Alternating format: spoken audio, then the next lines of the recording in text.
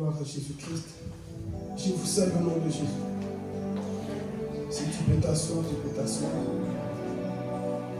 Reste toujours dans l'attitude d'adoration, là où tu es. Le Saint-Esprit est fidèle et il est présent ce matin. Amen. Nous allons continuer d'adorer après. Alléluia. Gloire à Jésus. Prenez vos Bibles, vos cahiers. Gloire à Jésus-Christ.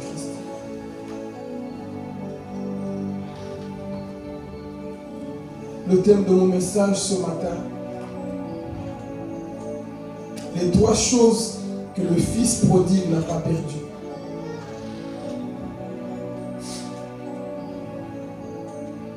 En attendant, c'est quand tu me prépares déjà Luc chapitre 15. Les 3 choses que le Fils prodigue n'a pas perdues. Il avait perdu le matériel, les biens matériels et tout. Il y a 3 choses que nous allons découvrir ensemble ce matin, que ce Fils n'avait pas perdu. Soyez vraiment attentifs, soyez dans l'esprit pour écouter ce message parce qu'il y a beaucoup de choses à dire et soyez aussi attentifs à la lecture. Amen. Donc nous prenons ensemble Luc chapitre 15.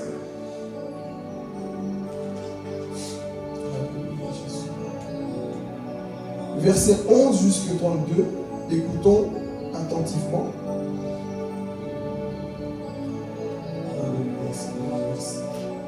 Je lis la parole de Jésus. Amen. Il dit encore, un homme avait 2 fils. Le plus jeune dit à son père, mon père, donne-moi la part de l'héritage qui doit me revenir. Le père leur partagea alors ses biens. Peu de jours après, le plus jeune fils ramassa tout et partit pour un pays éloigné, où il gaspilla sa fortune en vivant dans la débauche.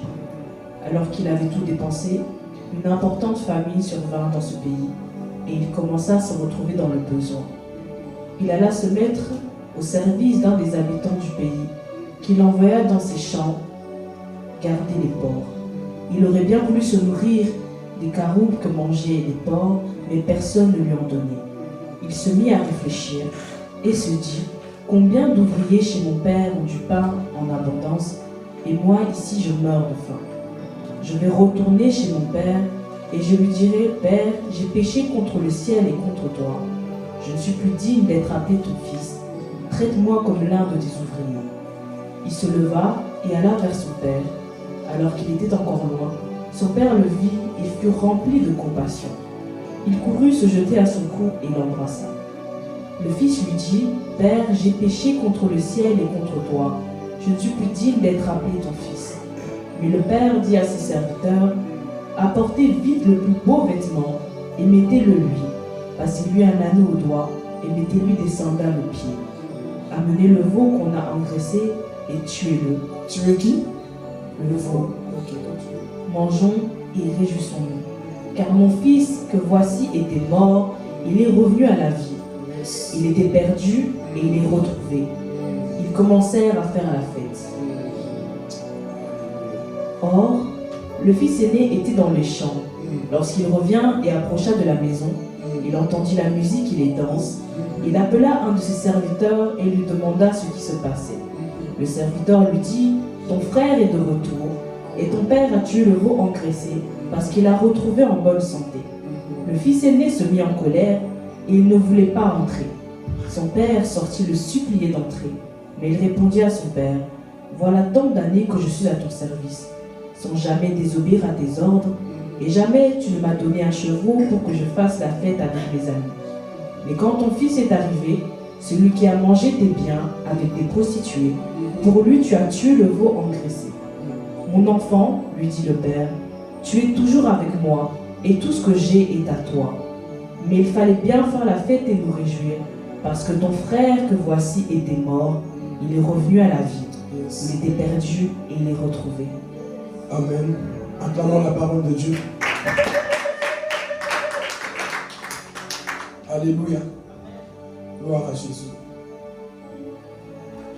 Frères et sœurs, Jésus est venu pour un but sur cette terre. Le but de sauver, nous qui étions tous perdus. Et au travers de cette histoire, nous allons comprendre l'amour du Père. L'amour que Dieu a réellement pour nous. Et au travers de cette parabole, il y a eu 3 paraboles. Je vous invite à lire ce texte à la maison, comme le chapitre 15. Il y a eu 3 paraboles que Jésus va justement donner aux pharisiens qui étaient là avec lui. Parce qu'il est en train de parler, en train de prêcher. Et qu'est-ce qui s'est passé? Les pharisiens ont vu Jésus manger avec les gens qui avaient quoi? Une mauvaise vie. Les pécheurs. Et ils ont vu Jésus en train de manger avec les pécheurs. Et qu'est-ce qu'ils ont dit? Comment cet homme saint peut manger avec ces gens qui ont une mauvaise vie? Comment lui qui se disait homme de Dieu peut traîner avec les pécheurs? Et Jésus va nous enseigner une chose. La première parabole que Jésus donne, c'est la brebis perdue. Jésus va donner une leçon pour comprendre que le salut d'une âme est très important. Une âme qui se convertit, il y a une fête qui se fait au ciel. Alors Jésus les fait comprendre, moi je ne suis pas venu pour des personnes qui sont saintes. Je ne suis pas venu pour des personnes qui se disent, moi, je suis capable par moi-même. Je suis justement venu pour le frère Philippe qui était impudique. Je suis venu pour les voleurs, pour les pécheurs. Je suis venu justement pour ces personnes. Alors Jésus va nous enseigner au travers de ces paraboles. Il y a eu 3 paraboles. La première, c'est cette brebis qui est perdue. Jésus dit, il y avait un homme. Cet homme avait perdu. Il avait 100 brebis. Et une d'elles, elle s'est perdue. Et cet homme a laissé les 9 autres pour aller chercher celle qui était perdue. Lorsque cet homme a retrouvé la brebis, il était comment? Il était dans la joie. Il était content. Pourquoi? Parce que la brebis qui était perdue et quoi? Était retrouvée. Jésus voulait les enseigner. Vous voyez, c'est comme ça que moi je suis. Et la deuxième parabole, une femme qui était dans sa maison, elle avait des pièces d'argent, 10 pièces. Elle avait perdu une pièce. Elle allumait la lumière. Elle a commencé à balayer. Dites-moi balayer. Elle a commencé à balayer. Et du fait qu'elle avait allumé la lumière, elle a vu la pièce qui manquait. Et là encore, lorsqu'elle a retrouvé sa pièce, elle était comment? Dans la joie. Et la Bible rassure, lorsqu'un pécheur se répand, il y a une joie au ciel. Lorsque quelqu'un change d'attitude, les anges là au ciel font la fête. Amen.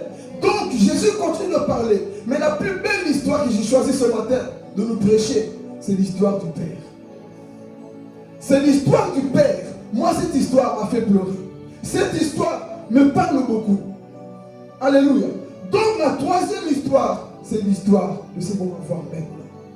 La Bible va nous dire qu'il y avait un père avec ses 2 enfants. Le plus jeune dit, papa, donne-moi ce qui m'appartient. Donne-moi mon héritage. Je veux mes biens. Je veux mon argent. Le temps est arrivé, je pars dehors. Le père n'a pas refusé. Le père va partager les biens. Il donne au plus jeune. Le plus jeune, il pensait que vivre loin de son père, il allait être heureux. Il pensait que vivre loin de son père, il allait être riche, il allait prospérer. Mais j'ai compris une chose, on ne prospère jamais loin de Dieu. On n'avance jamais loin de Dieu. Donc son fils, il va dire, père, donne-moi mes biens. Moi, j'ai plus besoin de rester ici. Moi, je vais aller voir dans le monde ce qui se passe. Je vais faire des belles femmes. Je vais faire des belles musiques. Je vais des belles choses, des choses qui bougent dans le monde. L'enfant a quitté la maison de son père. Qui l'a mis dehors? Personne. De lui-même, il a pris ses biens et il est parti où? Dehors. Trop de s'amuser. Il découvre la vie du carré, la vie du sexe, la vie de la musique mondaine. Il découvre toutes les choses qu'il n'avait jamais vues dans la maison de son père. Il découvre le mensonge, il découvre la débauche, une vie païenne. Lui qui était dans la présence de son père, il commence à convoiter. Et la Bible dit que cet enfant avait beaucoup d'argent. Il gaspillait tous les jours. C'est moi qui paye, on va boire, on va manger. Alors je vais payer les prostituées. Il a gaspillé tout son temps dans le monde.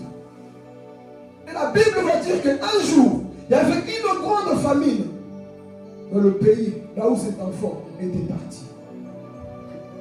Il a gaspillé tout. Et il se rend compte que, waouh, mon argent est fini. J'avais beaucoup d'argent, beaucoup de ressources.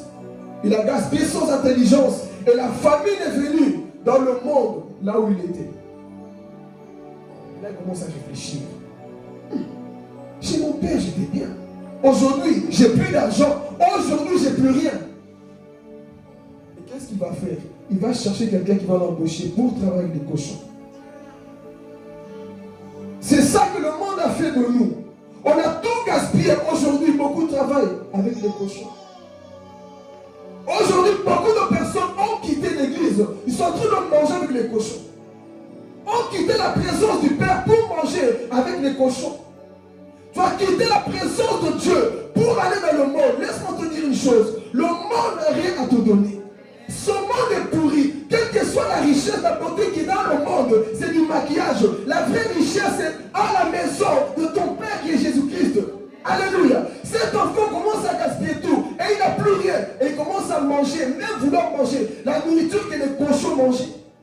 La nourriture que les pourceaux mangeaient. Aujourd'hui, vous allez voir beaucoup de chrétiens qui étaient bien dans la maison de leur Père. Aujourd'hui, sont en train de manger quoi? La pornographie, la nourriture des cochons, les critiques, nourriture des cochons. Toi qui n'osais pas critiquer les autres, toi qui n'osais pas faire des choses que tu ne pensais même pas. Mais aujourd'hui, te voici dans la boue. Aujourd'hui, te voici en train de faire des choses que tu n'avais jamais pensé. Comment moi, qui étais chrétienne, suis en train de manger avec des cochons? Beaucoup de personnes sont devenues des cochons dans le monde. Je pense que vous le savez. Vous avez vu beaucoup de personnes prier, chanter dans cette église, prêcher. Mais aujourd'hui, ils sont en train de faire quoi? Manger avec le cochon. Ça, c'est la nourriture du monde. Lorsque tu quittes la maison de ton Père et que tu pars dans le monde, tu ne mangeras rien de bon. Et c'était ça son fils. Il était en train de voir. C'est ça la nourriture. Mais, papa, qu'est-ce que j'ai fait? Pourquoi j'ai quitté la maison de mon Père? Ne quitte jamais la maison de ton Père pour aller dans le monde. Le monde que tu vois, frères et sœurs, ce monde est pourri. Même s'ils ont l'argent sans Dieu, c'est la mort. Vêtements sans Jésus, c'est la mort. Les voitures sans Jésus, c'est la mort. Tout ce que nous voyons sans Jésus, c'est la mort. Toutes les religions sans Jésus, c'est la mort. Je vais parler.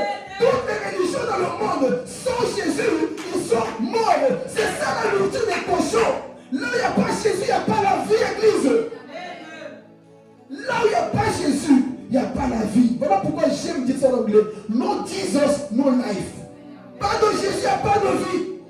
Qu'est-ce que nous mangeons à l'extérieur? Tu viens rarement à l'église. Pourquoi? Parce que tu as découvert une nourriture dans le monde. Tu ne pries plus. Pourquoi? Parce que Netflix, nourriture de cochon. On a remplacé la Bible dans des chapitres de télénovelas. Beaucoup sont en train de manger ces choses. Nous sommes devenus comme cet enfant. Tu es parti dans le monde. Vois toi-même, mon frère, ma soeur. Tu étais bien dans la maison de ton Père. Mais aujourd'hui, qu'est-ce qui s'est passé? Qu'est-ce que tu fais en train de manger avec des porcs? Qu'est-ce que tu fais avec les cochons dans ce monde? Non, parce qu'ils sont beaux, ils sont belles. Une beauté sans Jésus, pour moi, c'est une laideur. Non, parce qu'elle est belle, non. S'il n'y a pas Jésus, je considère comme une perte. S'il n'y a pas Jésus, là où je vais, je considère comme une perte. Parce que la joie, la vie commence là où se trouve le Père. Donc, je peux dire à quelqu'un ce matin, ne t'éloigne pas de ton Père. Ne t'éloigne pas de la maison de ton papa. Ton papa est fidèle. Il a quelque chose pour toi. N'envie pas le monde. N'envie pas le monde. Même s'ils ont l'argent. Jésus a plus que l'argent. L'or et l'argent lui appartiennent à lui. L'or et l'argent appartiennent à Jésus. Donc je ne vais pas envier ce que le cochon mange. Parce que je me dis qu'avec une kleine, ce n'est pas grave. J'ai le Saint-Esprit en moi. Ça me suffit. Donc je n'envie pas ce que le monde fait. Tu as vu la série? Nourriture de cochon. Tu as vu le vêtement? Nourriture de cochon. Regarde comment il parle, nourriture de cochon. Tu as vu tout ce qui gagne par moi? Nourriture de cochon. Je préfère gagner moins et rester fidèle avec mon Jésus pour aller jusqu'au ciel que de m'éloigner parce que le monde a des cochons à me donner. Non, je refuse. Combien de personnes aujourd'hui ont dit, moi papa, je te quitte parce que je crois que dans le monde c'est mieux que toi. Il n'y a pas mieux ailleurs. L'herbe n'est pas plus verte ailleurs. Non. C'est dans la présence de Dieu qu'on demeure. C'est dans sa maison qu'on demeure. Alors la Bible dit qu'il y avait une famine. Il a fait qu'il n'y avait plus rien. Il va se souvenir d'une chose. Je vais poser la question. Cet enfant va réfléchir. Il va dire, je suis en train de mourir de faim ici. Or que dans la maison de mon père, écoutez très bien. Dans la maison de mon père, il y avait quoi? Du pain. Même les serviteurs, ils mangeaient du pain. Et moi, je suis en train de manger avec les cochons. Donc, je vais retourner chez papa. Je vais retourner chez papa. Question. Je vais parler ici. Je sens l'émotion. Est-ce que son fils est retourné chez lui à cause du père ou à cause du père? On a lu. Voilà pourquoi quand on lit, concentrez-vous. Son fils est retourné à la maison de son père à cause du père ou à cause du père? À cause du père. C'est pas à cause du père. Son fils est retourné parce qu'il est dans la maison de mon père, il y a le père. Il n'a pas dit papa m'est mort, je vais chez papa. Non. Dans la maison de mon père, il y a le père. Beaucoup viennent dans l'église à cause du père et non à cause du père. Non, viens pas à cause du père, mais viens à cause du père. Parce que le père ne donne pas la vie. Ah, je vais parler. Le père ne donne pas la vie, mais le père donne la vie. Ah, viens à l'église à cause du père et non à cause du père. Beaucoup suivent Jésus à cause du père. Quel père? Père miracle. Ah, je vais parler. Le père de miracle, le père des voitures, ça c'est le père. Moi j'ai besoin du père. J'ai besoin du père. Parce que le père donne la vie, mais le père ne donne pas la vie. Alléluia. Beaucoup c'est comme ça aujourd'hui. Pourquoi tu vas à l'église? Parce qu'il y a des beaux garçons et des belles femmes, c'est le père. Pourquoi tu vas à l'église? Parce qu'il y a la belle musique, c'est le père. Pourquoi tu viens à l'église? Parce qu'il y a quelqu'un que j'aime bien là-bas. Ne viens pas pour un homme, mais viens pour Jésus. Voilà pourquoi aujourd'hui, beaucoup, lorsqu'ils sont déçus, ils quittent l'église. Ils viennent pour le père, non pour le père. Tu es venu pour le père et non pour le père. Beaucoup s'attachent au père. Je viens à la maison de mon père parce qu'il y a le père. Ici, il y a plus que le père. Et c'est lui qui a dit, je suis le père de nos vies. Donc c'est le père de nos vies que nous avons besoin. Qui est Jésus-Christ. Alléluia. Beaucoup aujourd'hui, moi je viens dans telle église parce qu'il y a le père des bénédictions. Rappelez-vous dans Jean chapitre 6. Jésus multiplie le pain. Beaucoup l'ont suivi. Non pour ce qu'il était, mais l'ont suivi parce qu'il multiplie le pain. Et aujourd'hui ça n'a pas changé. Beaucoup viennent prier parce qu'il y a le pain. Si on enlève le pain, il n'y a plus de disciples. Si on enlève le pain, il n'y a plus de personnes qui vont adorer le Père en esprit en vie. Parce qu'on court derrière le pain. J'aimerais retourner dans la maison de mon père parce qu'il y a le pain. Ne retourne pas à cause du pain. Va parce qu'il y a le père. Non parce qu'il y a le pain. Non parce qu'il y a le père. Non pas parce qu'il y a le pain. Mais parce qu'il y a le père. Alléluia. Est-ce que quelqu'un comprend ces profondeurs? Viens à cause du père. Parce que le père, lorsque tu l'as en toi, tu ne manqueras pas de pain. Mais si tu as le pain sans le père, il te manquera beaucoup. Oh Jésus. Si tu as le pain sans le père, tu vas manquer de tout. Mais si tu as le père, il te donnera le pain. Si tu as le père, parce que lui, il connaît ses enfants. Il sait comment nourrir ses enfants. Mais si ta première préoccupation, c'est le pain, tu as tout loupé de la vie. Tu as tout loupé. Pourquoi tu viens prier? Parce qu'il y a le père. Non, mais le père côté, mais le père devant. Oh, même quand je suis faible, je vais prier parce que je n'ai pas contre du pain. Mais parce que Jésus se trouve là. Même quand je suis fatigué, je sens mon corps malade. Je vais parce qu'il y a le Père. Je vais parce qu'il y a mon papa. Mon papa est fidèle. Il est dans cet endroit. Pourquoi venez-vous à l'église? Parce qu'on parle bien, on prêche bien. C'est pour ça que tu viens. La première des choses que tu dois faire lorsque tu viens à l'église, tu viens pour Dieu.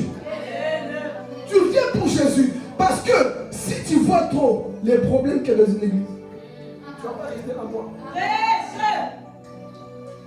Si tu te focalises toi sur Papa John, comment il s'habille, comment il fait, frère Philippe, qu'est-ce qu'il dit? Tu vas quitter l'église. Parce que nous sommes des hommes imparfaits. Mais nous avons un Dieu parfait, le Père parfait. Donc, si tu viens pour le Père, c'est toi qui vas couvrir les fautes de ton frère. Mais si tu es trop focalisé, tu as vu comment Alex m'a parlé, tu vas quitter l'église. Mais si tu vois le Père, tu dis Alex m'a mal parlé, mais je l'aime. Mais c'est mon frère, je ne quitterai pas l'église parce qu'on m'a mal parlé. Je ne quitterai pas parce que je sais, je me suis converti pour le Père, non pour le Père. Alors les amis, beaucoup viennent parce qu'il y a eu le Père. Le Père, et lorsque le Père on l'enlève, tu pries plus. Voilà pourquoi j'avais de citer des noms, mais je ne dis pas. Il faut se reconnaître. Il y a des tribulations partout dans l'église. Moi aujourd'hui ils sont là parce que je suis là à cause du Père. Alors que beaucoup ont quitté l'église, ils sont en train de danser dans le monde. Mais des personnes, ils ont connu des problèmes dans les églises. Ils sont toujours là. Parce qu'ils ont compris que moi, je ne me suis pas converti pour un homme. Mais je me suis converti pour Jésus. C'est lui qui quitte l'église pour un homme. C'est parce qu'il s'est converti pour un homme. Cet enfant a dit, le pain là me manque. C'est le pain. Ce n'était pas l'amour de son père. C'est parce qu'il s'est souvenu. Lis pas, me manque le pain avec du beurre. Je mangeais bien. Aujourd'hui, moi en train de manger avec les pourceaux. Non. Papa, il nourrit bien. La maison là-bas, on mange bien. Mais il s'est souvenu. Je n'ai pas besoin de manger avec les cochons.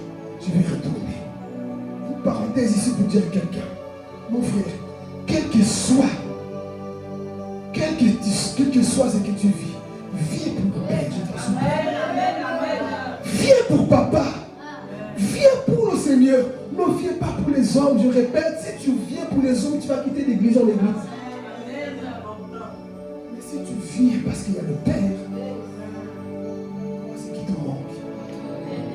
J'aime cette parole quand je suis en train de militer hier. Le Père ou le Père? Qu'est-ce que tu veux? Dis à ton voisin, qu'est-ce que tu veux? Mais sachez le Père, qu'est-ce que tu veux? Le Père ou le Père? Le Père. Dis à ton voisin, tu veux quoi? Père ou Père? Moi je veux le Père. Le Père. Si, comme David dit, Psaume 23, l'Éternel est mon berger. Je ne manquerai de rien. Mais si le Père est ton berger, tu manqueras de tout. Le beurre est mon berger. Les miracles, c'est mon berger. Mon homme, c'est mon berger. Non, l'Éternel est mon berger.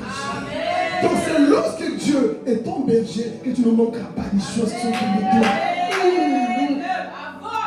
Même si tu manques l'argent, ça c'est rien. Le plus important c'est Jésus. Le plus important c'est le Père et non le pain.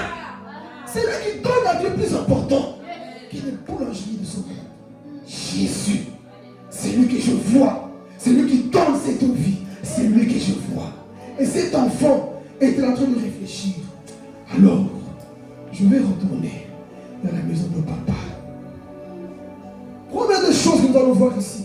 Rappelez-moi le thème, c'est quoi? Oui, il avait perdu tout le matériel, son lit, sa maison. Il y a 3 choses que cet enfant n'a pas perdu. La première, notez-le, la conscience. Il n'a pas perdu la conscience de savoir qu'il était perdu. La plus grande erreur d'un homme, c'est de ne plus avoir la conscience. Tu es perdu, mais tu n'es pas conscient que tu es perdu. Mais cet enfant était conscient que ici, je suis perdu. Raison pour laquelle je dois me repentir pour aller où? Chez mon père. Donc, il était conscient qu'il était perdu. Est-ce que des fois, nous avons cette conscience? Quand tu sais que tu es dans le mal, toi tu t'en fous, tu penses que tu fais bien. Est-ce que tu es conscient que tu es perdu dans ce que tu fais? Est-ce que nous sommes conscients que nous sommes perdus dans ce que nous faisons? Église, le monde a besoin de savoir qu'ils sont perdus. Le monde n'a pas besoin qu'on leur prêche autre chose. Ils ont besoin de savoir qu'ils sont perdus. Il faut parler à leur conscience, de se dire que oui, je suis perdu sans Jésus. Et parfois, c'est nous qui encourageons le monde à se perdre par notre jugement, notre façon de faire. Voilà pourquoi j'écris sur Facebook. Si nous continuons à parler que du mal des églises sur les réseaux sociaux, les païens ne viendront pas dans nos églises. Si nous continuons à chaque fois, telle église, on s'en fout. Parle de Jésus. Prêchons Jésus. C'est lui qui sauve. Mais on se met devant les écrans, telle église, telle soeur, tel pasteur. Le monde n'a pas besoin de voir ces choses. Le monde a besoin d'être conscient que sans Jésus, je suis perdu. Mais qu'est-ce que nous faisons? Nous embrouillons les païens. As-tu déjà vu un musulman critiquer un autre? Un imam faire pareil, un témoin de Jéhovah. Mais les chrétiens soi-disant remplis du Saint-Esprit, médiocres, hypocrites que nous sommes des fois, c'est nous qui poussons le monde à se perdre. C'est nous-mêmes par notre jugement, notre façon de faire. Le monde a besoin d'être conscient. Les personnes qui nous écoutent, ils ont besoin d'être conscients de se dire que waouh, sans Jésus, je suis perdu. Cet homme m'a prêché, cette femme m'a parlé, mais je sens comme moi j'ai besoin de Jésus. Mais quand tu viens commencer à exposer les fautes des autres, tu fais quoi? Tu abîmes les autres et Dieu te demandera des comptes.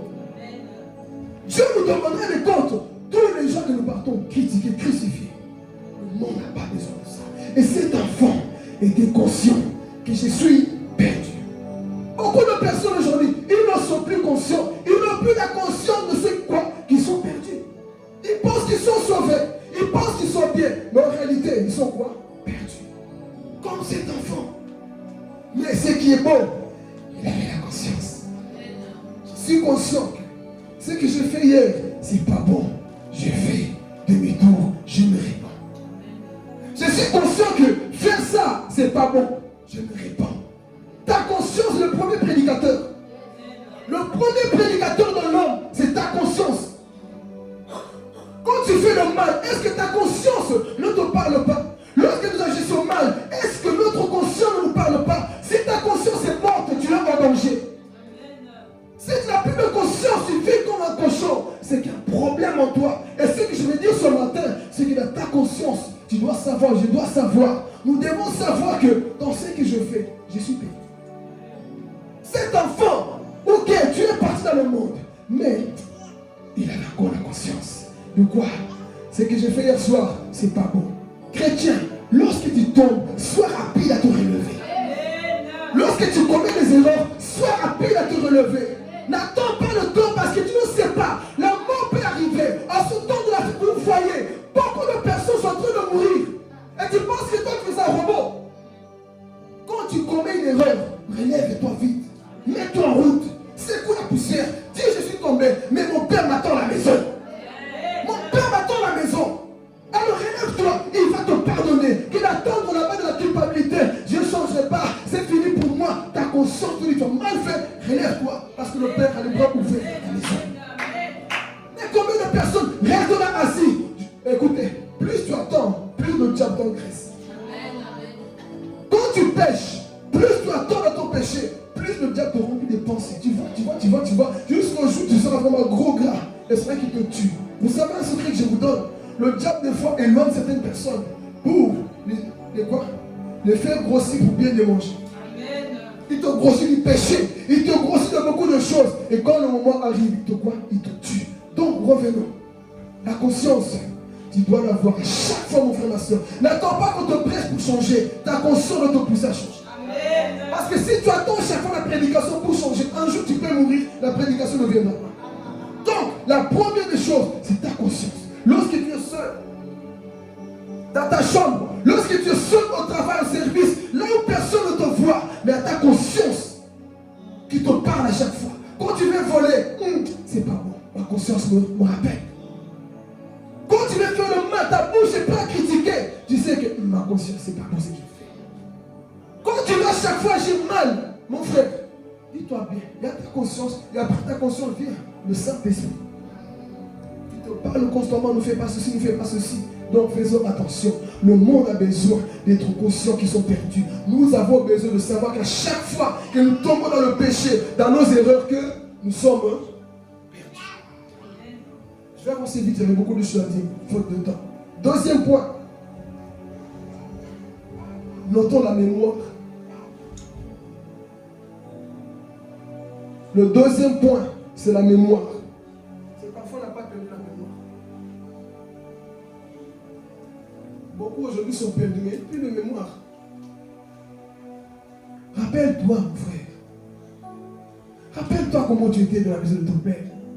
Tu es perdu aujourd'hui. Tu es dans le monde. Tu es en train de pratiquer des choses qu'il ne faut pas. Mais rappelle-toi de la maison de ton père. Et cette mémoire, lorsque j'étais à l'église, comment j'ai pleuré à la présence de mon Dieu. Lorsque j'étais chez papa, comment j'ai prié en langue. Lorsque j'étais chez lui, je mangeais bien. Rappelle-toi, souviens-toi, mon frère. Tu es peut-être perdu quelque part, mais souviens-toi du bienfait de ton père. Comment il te remplissait. Comment tu prenais plaisir à lire la Bible. Comment tu te réveillais des fois à 4 h du matin. La Bible à côté, c'était pas le téléphone. Souviens-toi, j'ai dit à quelqu'un, souviens-toi. Ta mémoire, souviens-toi. Lorsque tu te réveillais, tu avais un sourire de te dire qu'à 4 ans, je vais prier. À 3 heures, je vais prier. Souviens-toi d'où tu es tombé. Apocalypse chapitre 2, verset 7. Souviens-toi. Pratique tes bonnes œuvres. Souviens-toi, mon frère, ma soeur. N'oublie pas ce que tu étais. N'oublie pas comment tu étais dans la maison de ton père. Alléluia. Tu es un adorateur. Quelqu'un qui veut prier. Quelqu'un qui lit la parole. Mais aujourd'hui, regarde, tu es loin de la maison de ton père, en train de voir la mémoire, frères et sœurs. Rappelle-toi comment tu étais Adam.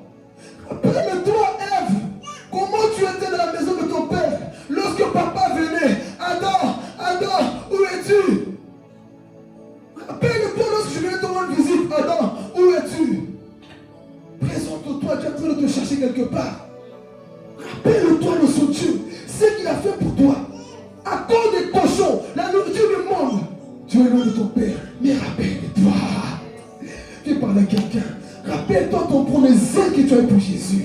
Quand tu t'es converti, tu voyais le péché comme de la boue. Plus rien ne t'intéressait. Dieu m'a dit de te dire, rappelle-toi cette époque. Rappelle-toi, là où pour critiquer quelqu'un, tu dis, je ne critique pas. Je me rappelle que dans la maison de mon père, il n'y a pas ces choses. Rappelle-toi, quand tu voulais agir mal, mais rappelle-toi que ton père te dit, mon enfant, c'est pas comme ça. Souviens-toi, mon frère. Je veux dire à quelqu'un, souviens-toi comme cet enfant. Il avait la bonne mémoire. Il n'a pas oublié que mon père est là. Il n'a pas oublié que dans la maison de mon père, on mangeait bien. Moi, je mange maison. Amen. Pourquoi ceux qui sont découragés là-bas ne sont pas venus sans te le rater? Moi, je mange bien. Le Saint-Esprit, plus je parle, plus je sens la présence de Dieu. Dommage que ma voix me fait un peu défaut. Mais on va quand même prêcher. Casse ou pas casser, on va prêcher. Hey. Souviens-toi, mon frère, ma soeur, comment tu agissais. Des fois, toi-même, tu en pleures. Quand tu vois ton état actuel, vois comment tu es devenu aujourd'hui. Tu n'es plus la même personne que tu étais au début. Lorsque l'Esprit de Dieu te remplissait, tu n'es plus la même personne. Souviens-toi, frère. Souviens-toi. Et c'est ton mémoire. Quand j'étais chez papa, j'aimais la prison de mon père. Souviens-toi comment tu agissais. Aujourd'hui, beaucoup ont oublié. Pourquoi? Comme j'avais dit vendredi, beaucoup de chrétiens aujourd'hui sont tellement devenus durs. Plus rien ne touche. La prédication ne le touche plus. La Bible ne le touche plus. Il n'y a plus de larmes dans la présence de Dieu. Pourquoi? Je ne me souviens plus. Moi, j'ai trop grandi. Tu as connu l'âge de Noé. Tu as connu Moïse. Tu as connu David. Tout le monde, tu les as tous connus. Mais tu ne t'es pas converti. Depuis 1950, tu es converti, mais rien ne change. Pourquoi? Parce que tu es devenu quoi? Cocoba dans la foi. Ce qui est terrible pour l'homme, c'est de s'habituer à Dieu. De s'habituer à Dieu, c'est comme ça, c'est toujours comme ça. Non, moi j'aime ce Dieu, ses forces se renouvellent de jour en jour. Chaque jour, je découvre Dieu d'une autre manière.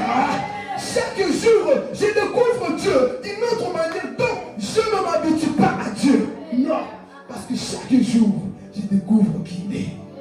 Tu ne peux pas connaître Dieu sur la terre. Non, jamais. Voilà pourquoi ne cesse jamais de chercher. Ne dis pas, j'ai déjà lu toute la Bible. Tu as dit toute la Bible, mais tu ne connais pas comme Dieu. Lire toute la Bible ne veut pas dire que tu as lu tout Dieu. Tu as lu les Écritures. Et encore la Bible n'est pas finie. Tu connais qu'en partie. Donc, mon frère, la mémoire. Rappelle-toi quand tu les empêches dans une situation. Rappelle-toi comment tu étais. Pratique tes œuvres. Apocalypse nous dit. Je connais ton amour. Je sais que tu m'aimes, mais une situation t'endurcit. C'est peut-être un frère, une soeur à l'église t'endurcit, mais mets ça de côté. Souviens-toi que le Père t'aime. Souviens-toi, ce n'est pas un homme qui est mort pour toi, mais Jésus de Nazareth. C'est lui qui a dit sur la croix, Père, entre tes mains, j'ai mis mon esprit. Ce n'était pas un homme pécheur, mais Jésus-Christ de Nazareth. Alors une situation t'endurcit. Aujourd'hui, tu ne pratiques plus les mêmes œuvres qu'avant. Qu'est-ce qui s'est passé? Souviens-toi. Je suis venu dire à quelqu'un, même vous qui suivez, je suis venu dire à quelqu'un, rappelle-toi. En ce temps de la fête, je vous assure, pendant que je préparais ce message hier, les larmes ont coulé aussi. Parce que j'écoutais la voix du Saint-Esprit. Une parole qui m'a dit, dis à mon peuple de revenir. La prophétie n'est pas fausse. Dis à mon peuple de revenir. Pourquoi? Parce que pendant tout ce temps, là où Jésus revient réellement, mais beaucoup de chrétiens, tellement habitués à Dieu, ils sont en train de s'écarter. Jésus vient dire à quelqu'un, retourne dans la maison de ton Père. Retourne dans la maison de ton Père. Ne t'éloigne pas parce que quelque chose va se passer. Et ça, beaucoup de chrétiens, ils sont tellement devenus déshabitués. C'est toujours comme ça. On nous prêche ça, mais un jour, tu vas te réveiller, il n'y a plus rien. Quelque chose s'est passé dans l'enlèvement. L'enlèvement s'est passé. Pourquoi? Parce que tu étais trop sur toi-même. Mais je dis à quelqu'un, rappelle-toi. Tu es en train de te perdre petit à petit. Tu le sais. Toi-même, tu vois que tu es en train de t'éloigner de la maison de ton Père. Et Dieu me dit de te dire réellement de revenir. De te souvenir comment tu l'aimais. De te souvenir comment tu vivais avec lui. Mais aujourd'hui, tu es en train quoi? De te cacher comme Adam et Ève. Pourquoi tu te caches? Pourquoi tu te caches? Lorsqu'Adam et Ève se cachaient, Dieu les appelait. Une question. Est-ce que Dieu ne voit pas tout? Il voit tout. Mais pourquoi Dieu dit où êtes-vous? Si Dieu est, il voit toutes choses. Rien n'est caché devant lui. Il voit tout. Mais pourquoi ce Dieu va dire où es-tu? Vous savez pourquoi? Le péché met une couverture entre ton Dieu et toi. Pourquoi le monde souffre aujourd'hui? Parce que le monde a mis une couverture. Mais Dieu, pourquoi il y a tellement de maladies, des tsunamis, tout ce qui se passe? Pourquoi tu ne fais rien? Dieu dit, j'ai envie d'agir, mais il y a la couverture d'impudicité dans leur vie. Je ne peux pas agir, même si tu pleures. S'il y a le péché, Dieu n'agira pas. Il faut une sincère repentance. Demi-tour, comme l'enfant. Je vais à la maison de mon Père. À ce moment-là, le Père peut te voir. Mais tant que tu es dans ton péché, le Père ne te voit pas. Parce que Dieu ne voit pas celui qui est dans le péché. Il voit celui qui se répand et qui retourne à la maison. Mais tant que tu restes dans le péché, Dieu ne te voit pas. Et c'est ça qui se passe. Dieu appelle Ève. Où êtes-vous? Le péché, c'est ça qui fait que Dieu ne te voit plus. Tes prières, Dieu ne répond pas. Pourquoi? Parce qu'il y a un péché quelque part. Enlevons ça. Donc on va attaquer le troisième point. Notons le premier, c'est quoi? La conscience. Le deuxième? La mémoire. Souviens-toi. Troisième point. Le chemin du retour.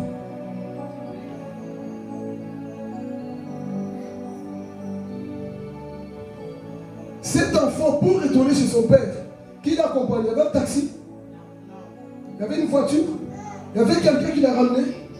Il est retourné tout seul. Pourquoi? Parce qu'il connaissait toujours le chemin.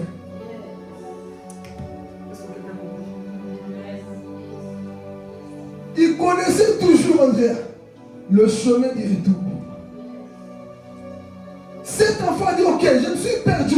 Quelles que soient les années que je suis ici, la Bible ne précise pas. Les théologiens des fois disent qu'il est resté 1 an et demi. Mais je ne confirme pas, c'est les théologiens. Mais on ne sait pas précisément combien de temps il est resté dans son pays étranger. Mais à bon jour, il va retrouver le chemin du retour.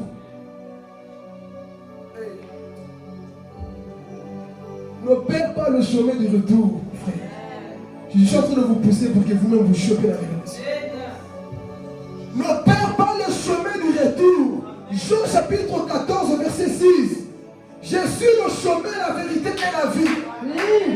Ne perds pas le chemin qui est Jésus. Hein? Quel que soit là où t'as mis, rappelle-toi qu'il y a Jésus qui m'amène vers le Père. Hein? Dans cette histoire, on n'a pas parlé directement de Jésus. Mais dans le verset 17 et 18, on dit que l'enfant se leva et retourna. Jésus se trouve au verset 18. Il se leva pour retourner. Il est qui? Il est le chemin.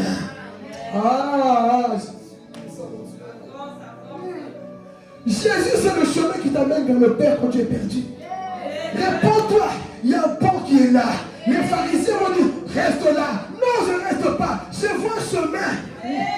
Je vois un chemin qui est Jésus. Jésus va me ramener vers mon papa. Il va me ramener vers mon Père. Donc l'enfant n'a pas perdu son chemin. Tu peux te perdre. Je ne sais pas quel est le niveau du péché là où tu te trouves. Mais rappelle-toi qu'il y a un chemin. Il y a un chemin qui s'appelle Jésus. Il y a un chemin qui s'appelle Jésus. Lorsque tu es perdu, dis-toi bien, ok, le son veut dire encore, mais Jésus ne dit pas encore, il dit, Jésus le chemin. Jésus le chemin qui va te ramener vers ton papa. Oh, en sautant de la photo de la grâce, les mains de Jésus sont comme ça sur les habitants de la terre. Les mains de Jésus sont comme ça. Il est le pont qui amène l'homme vers le Père. Voilà pourquoi lorsque Jacob a vu cette échelle, l'échelle en soi c'était Jésus. Il est celui qui se tient en haut et en bas. C'est le mystère de ces lumières, je ne peux pas vous dire ça. Mais il est le chemin qui amène les hommes vers le Père.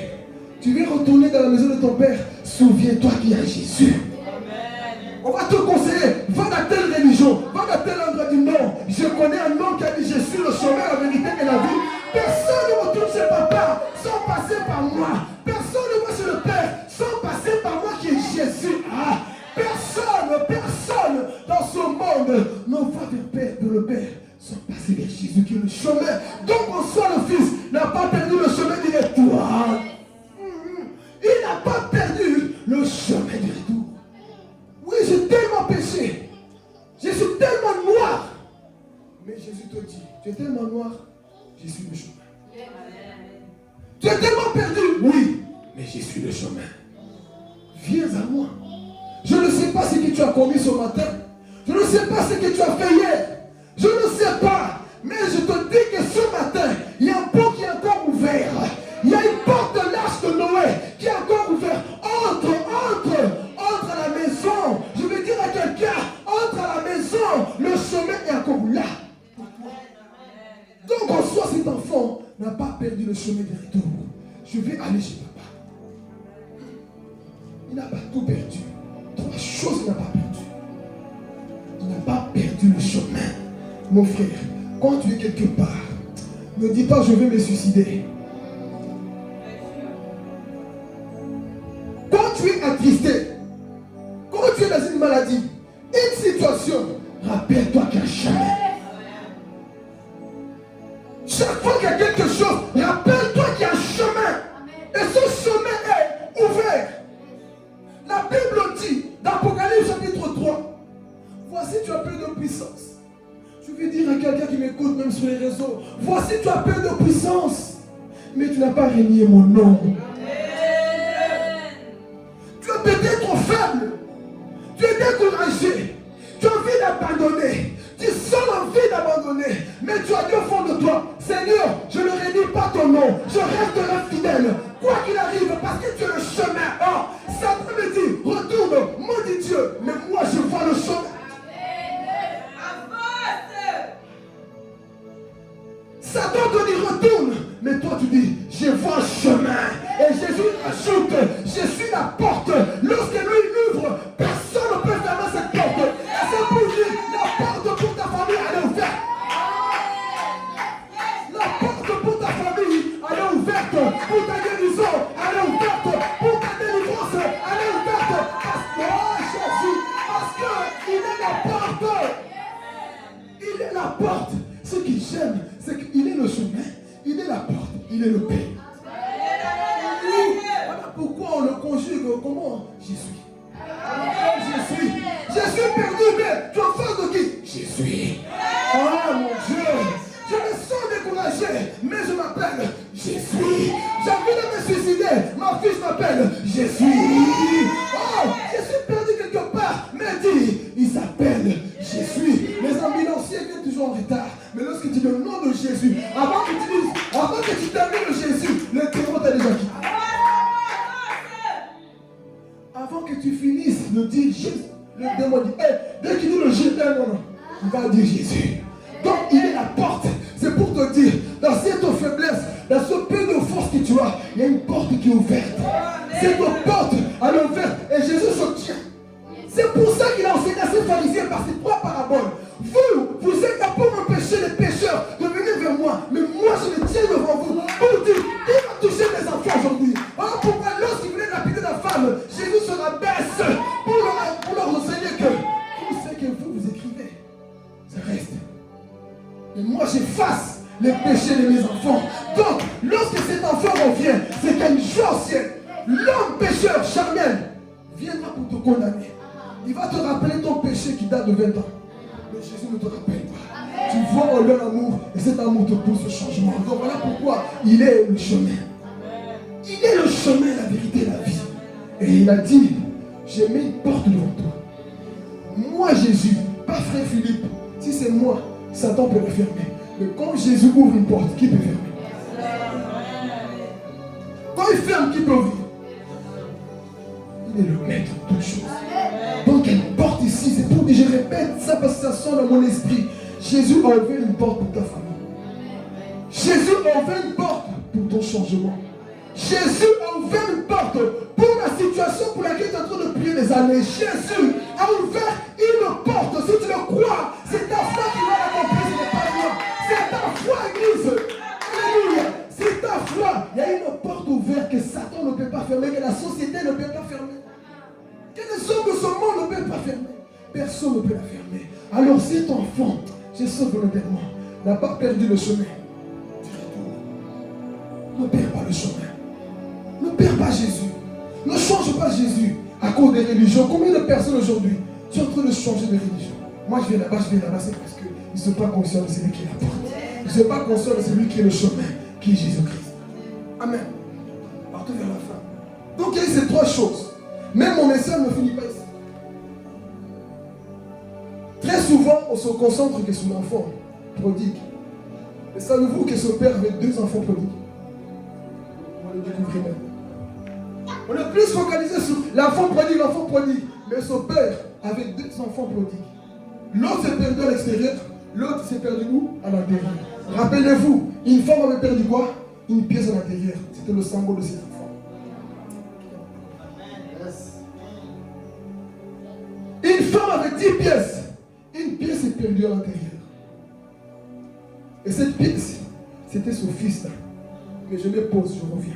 Je finis ici. L'enfant va retourner. Mais dans cette époque, lisez dans Deutéronome, on dit que lorsque un enfant rebelle partait, revenait, on devait le lapider. À la ville, dans cette époque, il y avait des gens qui se tenaient à l'écart. Et ils connaissaient les rebelles. Et ils devaient le lapider. Ils ont vu que cet enfant venait de loin. Sûrement qu'ils se préparaient pour le lapider. Pourquoi? L'enfant c'était quoi? Un rebelle. Regardez l'amour du Père. La Bible dit que le Père était où? Chez lui. Et il a vu qui? Son fils. Une question. Lorsque le fils est parti, il est parti comment? Bien habillé, n'est-ce pas? Il est parti avec un bon visage, les cheveux bien coupés, tout, bien bon. On le reconnaissait. Mais lorsqu'il est parti, lisez bien, il n'avait plus les chaussures. Ses cheveux étaient sales, il n'avait plus la même apparence, maigre, vu qu'il ne mangeait pas. Et le père était loin, mais le père l'a reconnu de loin. Merci maman. Le véritable père n'oublie pas ses enfants. Quelle que soit la démarche, le péché nous a déformés, mais le père nous forme, nous transforme. Alléluia. Donc cet homme était déformé. Oh, je n'ai plus rien à manger. Je suis maigre. Le papa, rempli de compassion, rempli de joie, il ne vient pas avec un bâton de la loi pour dire, toi là, tu n'as pas changé. Pourquoi tu retournes? Va là-bas, tu étais. Le père embrasse ses enfants. Le père embrasse le fils qui était perdu, qui était même mort spirituellement. On se préparait pour le lapider. Mais pour qu'on ne lapide pas, la Bible dit, le père a fait quoi? Il a couru. Il n'a pas dit tu es sale. Jésus embrasse ceux qui sont sales. Jésus embrasse même ceux qui sont sales. Donc le père n'a pas rejeté son fils. Oh, ça c'est l'amour. Alors pourquoi dans le monde on peut dire ex-mari, ex-homme, je ne sais pas comment dire, mais jamais on dira ex-enfant, ex-fils. Dans la maison de ton père, il n'y a pas ex-fils. Le fils restera fils pour toujours. Alléluia. Si tu ton père, c'est ton problème. Mais pour le père, tu resteras le fils pour toujours. Pour le père, tu resteras un fils pour toujours. Mais le monde, c'est pas comme ça. Il te rejette de la maison. Lorsque tu reviens, règlement de compte. Mais le père va d'abord lui montrer l'amour. C'est ça que Jésus fait. Viens mon enfant. Il court vers lui et l'embrasse sur le front. Et il dit, mon fils, bienvenue. Le père le prend, en train de marcher vers la maison. Le père était heureux. Le père était dans la joie parce que son fils est revenu. Le père était dans la joie. Quelle joie, mon fils qui était perdu, mort. Mais, je vais parler. Voilà pourquoi enseigner ces choses. Il y a des gens peut-être qu'un jour vont vouloir se dévier, mais vont se rappeler. Il y a une personne qui me donne l'amour quelque part. Je retourne dans cette maison. Je vais poser la question à quelqu'un. Est-ce que dans ta vie, les gens ont envie de revenir? Ceux qui sont partis s'appellent dans l'église, dans la maison, dans ta propre vie, les gens qui te quittent, est-ce qu'ils peuvent regretter de t'avoir quitté? Moi, heureusement, quand les gens parlent de ta vie, il faut qu'ils se disent que tu dis quelqu'un de bien. Il faut qu'ils se rappellent quand même que tu nous as fait du bien. Amen. Donc le père, il prend l'enfant, il commence à marcher, il dit, tu es quoi? Un veau gras. Il faut le tuer. Aujourd'hui, c'est la fête. Mon fils qui était mort, mon fils qui était perdu, il est revenu à la vie. Donc aujourd'hui, on va danser. C'est pour dire, moi-même je dis, le jour que je me suis converti, il y a une fête au ciel. Alors, si tu veux qu'à chaque fois le ciel fait la fête, gagne des âmes. Si tu veux toujours que là au ciel on danse, gagne des âmes. Alléluia. Gagner des âmes. Donc l'enfant revient. Le Père le prend. On va faire une fête. Alors, on va revenir ici maintenant pour équilibrer le message. Il n'y a pas que la victoire. Mais maintenant, voilà pourquoi lorsque tu écoutes un message, sors de tes pensées. Parce que je connais, je sais, les gens sont... Non, écoute le message jusqu'à la fin. Alors ici, qu'est-ce qui va se passer? Comme je l'ai dit, il avait quoi? 2 fils. Un s'est perdu où? À l'extérieur. Mais l'autre s'est perdu où? À l'intérieur. C'est un fils religieux. Nous allons voir à quelques points que ce fils avait. Premièrement, il vient, il entend le bruit. C'est quoi ce bruit? C'est quoi ce bruit? Et le père est en train de danser le gaz de guerre, il est content. Lui, il vient, il dit, c'est quoi cette fête? Pourquoi tellement de louanges ici? Pourquoi vous transpirez? Pourquoi vous êtes en joie? C'est des religieux. Quand tu ne sais pas la profondeur d'une chose, ne critique pas, ne juge pas. Et lui, il vient des champs, de son travail, il vient. C'est quoi cette fête? L'un des serviteurs lui dit, ton petit frère, je pense que le serviteur, il pensait qu'il a dit, ouais, il est content. Ton petit frère qui était perdu est revenu à la maison. Et lui, vous pensez qu'il s'est réjoui? Pourquoi il est revenu? Il y a des personnes qui sont comme ça dans nos églises. Lorsque les gens reviennent, ils ne sont pas contents. Lorsque les gens reviennent dans nos vies, vous n'êtes pas contents. Pourquoi? Vous aimez voir leur mort. Voilà pourquoi vous n'encouragez jamais les pécheurs. Quand quelqu'un a sa faiblesse, il n'a pas besoin que tu te pointes du doigt. Il a besoin de ta main. Il a besoin de ta main, que tu l'aides à son péché. Mais son fils est un religieux. Et Jésus faisait comprendre aux pharisiens que vous êtes comme ce grand frère. Vous êtes comme ce grand frère qui empêche les pécheurs de venir vers moi. Vous êtes comme ces gens. Il ne se réjouit pas. Il était fâché. Pourquoi il est revenu? Ne te réjouis jamais lorsque quelqu'un est en train de mourir. Ne te réjouis jamais quand quelqu'un est en train de se perdre. Nous sommes arrivés dans un temps là où beaucoup de chrétiens se réjouissent. Juste parce qu'il a donné une prophétie, un conseil que quelqu'un n'a pas écouté. Lorsque la personne se perd, il meurt. Tu vois, il avait dit, tu es comme ce frère-là. Quand quelqu'un se perd, quand quelqu'un meurt, tu dois avoir la compassion. Tu dois avoir cet amour de te dire, Seigneur, aide-le. Ne me réjouis pas du malheur d'un autre. Donc cet enfant, il était fâché. Il quitte la maison. Il n'est pas rentré. Lisez bien la maison. C'est votre devoir de cette semaine. Il est resté dehors. Le père lui dit, mais viens quoi? Quel est ce langage? Le père dit, viens manger. Ton frère est là. Tu n'as même pas envie de dire bonjour. Viens lui faire un câlin, lui qui était perdu. Tu ne l'as plus vu depuis des années. Vous savez qu'est-ce qu'a dit le fils? Lui, maintenant tu fais la fête pour lui. Tu as même tué de faux grades. Lui qui a gaspillé ton argent. Voir deuxième expression, c'est un accusateur. Il vous pose la question. Comment il savait que son petit frère est parti gaspiller l'argent chez les prostituées? C'est toi que tu le fais. C'est la profondeur des Écritures. Lui, comment il savait que cet enfant est parti gaspiller tout son argent chez les prostituées? Moi, j'aime l'étude biblique dans la profondeur du Saint-Esprit. La Bible dit qu'il était dans les champs. Vous pensez comment il était dans les champs? C'est qu'il savait. Donc très souvent, les gens qui vous accusent de faire telle chose, eux-mêmes ils le font. Un voleur se reconnaît. Il dit, oh, mais comment se fait-il que lui, tu tues un faux gras? En plus de ça, vous voyez l'accusateur, calomniateur. Il a gaspillé ton argent chez les prostituées. Tu étais là pour voir? Vous connaissez. Comment tu sais qu'il a gaspillé mon argent là-bas? Tu ne peux même pas te dire que non, il a gaspillé ailleurs. Donc, en soi, il voulait encore empêcher son petit frère d'être sauvé. Imaginez-vous, ce père n'était pas mature. Il allait dire quoi? Ah, donc toi, l'argent que je t'ai donné, tu es parti dans le monde gaspiller.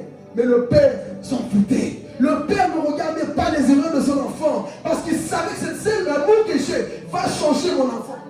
L'amour que j'ai pour cet enfant va le changer. Donc on voit ici un religieux qui ne voulait pas le changement de son frère. Beaucoup de prédicateurs aujourd'hui sont comme ça. Vous sentez qu'ils vous prêchent, qu'ils ont envie de vous tuer. Il n'y a pas d'amour. Une prédication sans amour, c'est un poison. Une prédication sans amour, c'est un poison. Tout ce que nous prêchons, on doit être accompagné de l'amour. Même si c'est la loi, tout ce qu'on veut, eschatologie, tout ce qu'on fait, on doit toujours prêcher, accompagné de quoi? Dans l'amour, sinon tu deviens comme un religieux. Et beaucoup le prêchent. Tu sens qu'il te prêche, tu n'as même pas envie de l'écouter, tu as envie de fuir. Amen. Donc ici, son fils, c'était quoi? Un religieux. Il va accuser son petit frère. Ben oui, mais il a gaspillé tout ton argent dans le monde avec des prostituées. Il est parti en boîte de nuit. Le père le savait. On ne ment pas un père. Le père l'a vécu avant toi. Donc le père le sait, tu ne l'apprends rien.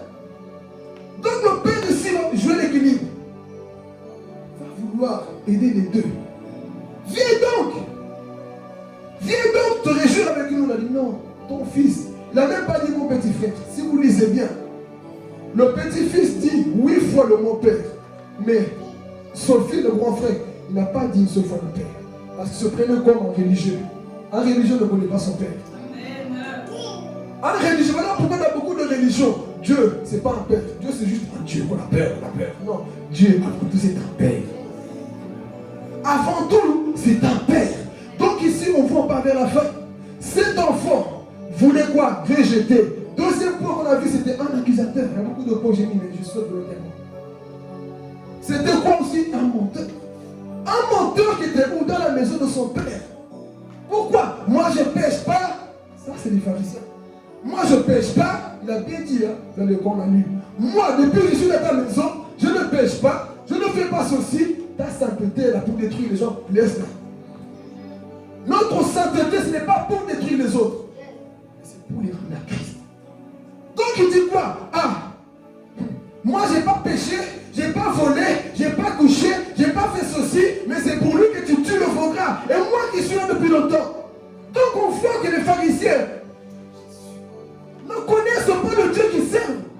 Tu es dans la maison de ton père, tu as tout déjà, mais tu n'es pas conscient, toujours en train d'envier les autres. Oh, mon enfant, tu es chez moi, tout ce que j'ai, ça t'appartient. Tu es dans ma maison, tout ce que j'ai ici t'appartient aussi. Mais tu es en train de jalouser ton frère. Pourquoi tu ne m'as pas demandé aussi de faire la même chose? Le fils était comme ça. C'était quelqu'un qui ne connaissait pas Dieu. Aujourd'hui, beaucoup de chrétiens sont comme ça. Ils n'ont pas de relation avec le Seigneur. Tu es dans la maison de ton père, mais tu n'as pas l'expérience spirituelle. Lorsque quelqu'un baptisait du feu, lorsque quelqu'un prie en langue, tu es là, tu es étonné. Lorsque quelqu'un fait des miracles, tu es là, tu es étonné. Ces choses sont en toi. Pourquoi tu envies les autres? Mon enfant, depuis que tu es chez moi, tout ça, tu vois tout ça, c'était aussi pour toi. Pourquoi tu n'as pas utilisé? Pourquoi tu n'as pas demandé?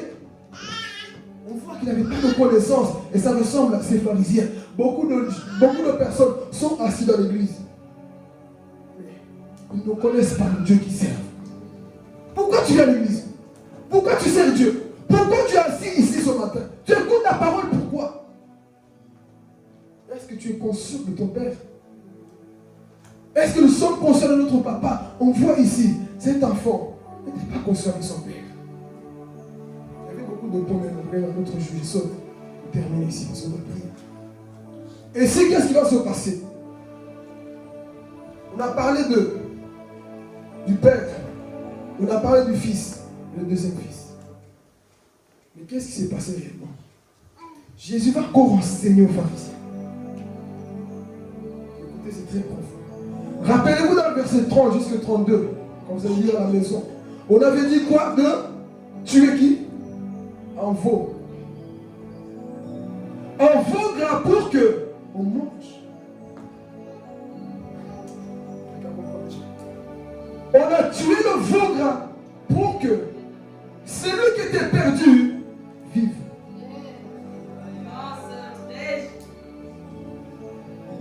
Moi j'aime tous les détails des Écritures.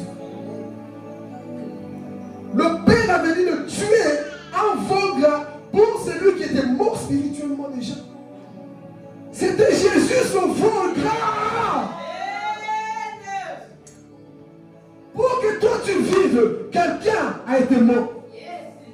Quand tu es revenu à Jésus, tu ne pouvais pas venir sans qu'on tue quelqu'un. Quelqu'un a été tué pour que toi tu vives, toi qui étais mort. Moi qui étais mort dans mon péché, on devait tuer Jésus pour que toi tu sois à l'aise dans la maison de ton papa. C'est ça qui s'est passé. Ce veau gras là, c'était tout simplement Jésus qu'on avait tué pour que celui qui était mort, comme vous lisez le verset 32, 31 et 32, on dit voici celui qui était mort et revenu à la vie. Et ils ont mangé. Le corps de Christ a été mangé. On a mangé l'agneau, c'est-à-dire le serment de qui? De Jésus-Christ. Et on fête aujourd'hui. Pourquoi? Parce que quelqu'un a payé le prix pour que je revienne à la maison. Pour que je revienne à la maison. Pour que je revienne à la maison. Pour que je revienne à la maison. Maintenant, c'est pour dire à quelqu'un, Romains chapitre 8, verset 1, peut s'accomplir. Il n'y a plus de condamnation à ceux qui sont en Jésus-Christ. Il n'y a plus maintenant de condamnation à celui qui ont, pas à côté, ont Jésus-Christ. Donc Satan, mets-toi devant moi, il n'y a plus de condamnation. Tu as quitté la maison de ton père, il n'y a plus de condamnation. Tu as tout abandonné, il n'y a plus de condamnation à ceux qui sont en Jésus. Pourquoi penses-tu que tu ne peux pas revenir? Pourquoi penses-tu que Dieu t'a oublié? Pourquoi penses-tu que tu n'as plus de chance de retourner à la maison de ton papa? Pourquoi penses-tu que tu ne peux plus revenir? Il n'y a plus de chance pour le diable. Mais pour toi, tant que tu as le souffle de vie, tu peux revenir à la maison de ton père. Tant que tu respires, mon frère, tu peux retourner à la maison de ton papa. Il n'y a plus de condamnation. C'est lui qui te rappelle ton péché est semblable à ce grand frère. Donc à partir d'aujourd'hui, quiconque te rappelle ton péché lorsque tu changes sincèrement, dis-lui, tu es semblable au grand frère. Tu es semblable à ce grand frère qui rappelle les péchés des autres, qui accuse les autres, qui à chaque fois qui veut écraser, rabaisser les autres, qui ne voit jamais les efforts des autres, mais qui voit toujours qu'il a gaspillé l'argent dans le monde. Mais voit toujours le meilleur dans ton frère. Si tu vois chaque fois le meilleur, il va changer grâce à ton amour. Mais si tu mets la méchanceté comme ce grand frère, les gens ne viendront pas dans les églises. Et Jésus a fait taire tous ces pharisiens. Donc, tu es comme ça. Oui, tu es comme ça. Et pour terminer, ce Père, c'est tout simplement Dieu. Le Père, c'est Dieu. Et Jésus les enseigne, donne une bonne leçon dans leurs oreilles pour leur dire, moi je suis comme ça. Je suis comme un papa. Je ne suis pas venu pour les justes, les pharisiens qui ne se reprochent de rien. Il y a des personnes qui ne peuvent même plus répondre. Pour eux, ils ont atteint le niveau. Mais moi, je reconnais que je suis encore faible. Je reconnais que j'ai besoin de Jésus. Chaque jour dans ma vie, je ne suis pas parfait. Si tu as des faiblesses au moins de 2 fois, moi, c'est parce que je suis dans le chemin de retour pour aller chez mon Père. Donc ne quitte pas l'église à cause de moi. Ne quitte pas l'église à cause d'un homme. Pourquoi? Nous sommes tous en train de marcher pour aller chez le sacrificateur comme les 10 lettrés. Amen. Que Dieu vous bénisse pour ce moment.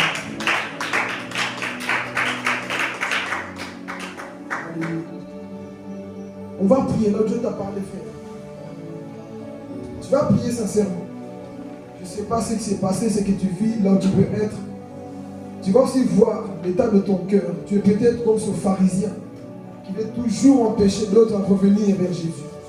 Et sache une chose, lorsque tu empêches les gens à revenir vers Jésus, tu es coupable de quelque chose. Parce que tu empêches les gens à revenir vers leur Père. Et là où tu es, tu vas prier.